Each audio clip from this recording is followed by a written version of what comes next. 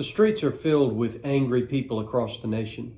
Some are breaking into local stores and taking what they please. Others are peacefully protesting and expressing their disdain for the actions of the Minneapolis police regarding the death of George Floyd.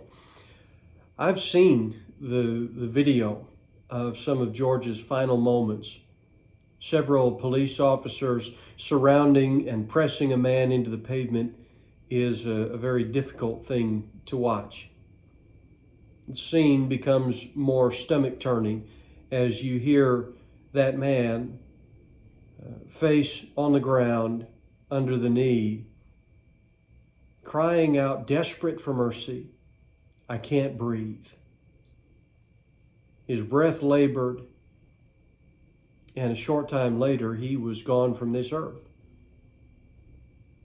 My heart aches for those suffering injustices, whether great or small, and I want to see a better version of justice carried out in our nation.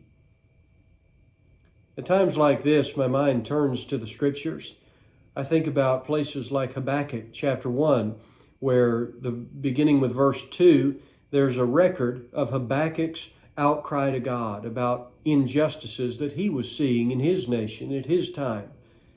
He said this in verse 2, "How long, O Lord, will I call for help, and you will not hear? I cry out to you, violence, yet you do not save. Why do you make me see iniquity and cause me to look on wickedness? Yes, destruction and violence are before me. Strife exists and contention arises. Therefore the law is ignored, and justice is never upheld. For the wicked surround the righteous, therefore justice comes out perverted." Habakkuk was crying out to God, and he was crying out for the Lord to uphold justice. He wanted the righteous saved and the wicked punished, and he wondered just how long it was going to take God to respond. The injustices of our world are constantly before our eyes, and at times it feels like nothing is being done about them.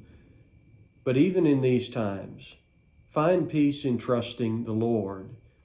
Remember that God responded to Habakkuk in Habakkuk chapter 1, verse 5. The very next verse, God responded to him this way, "Look among the nations, observe, be astonished, wonder, because I am doing something in your days you would not believe if you were told."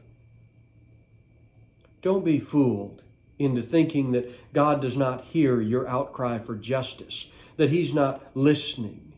He hears, and He, as He was working in the time of Habakkuk, is working today. If God revealed even a small portion of His plans that He has in motion today, we would be left shaking our heads in utter amazement and astonishment at the things that He's doing and how.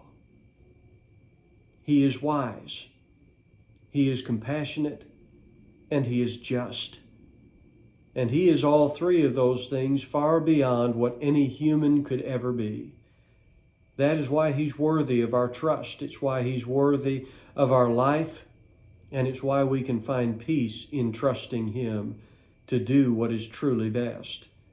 Rather than becoming violent or abusive toward your fellow man, respond to these troubling circumstances by praying to the Almighty God, and then find peace, knowing that He cares for you, and extend that same care that He shows to you to your fellow man.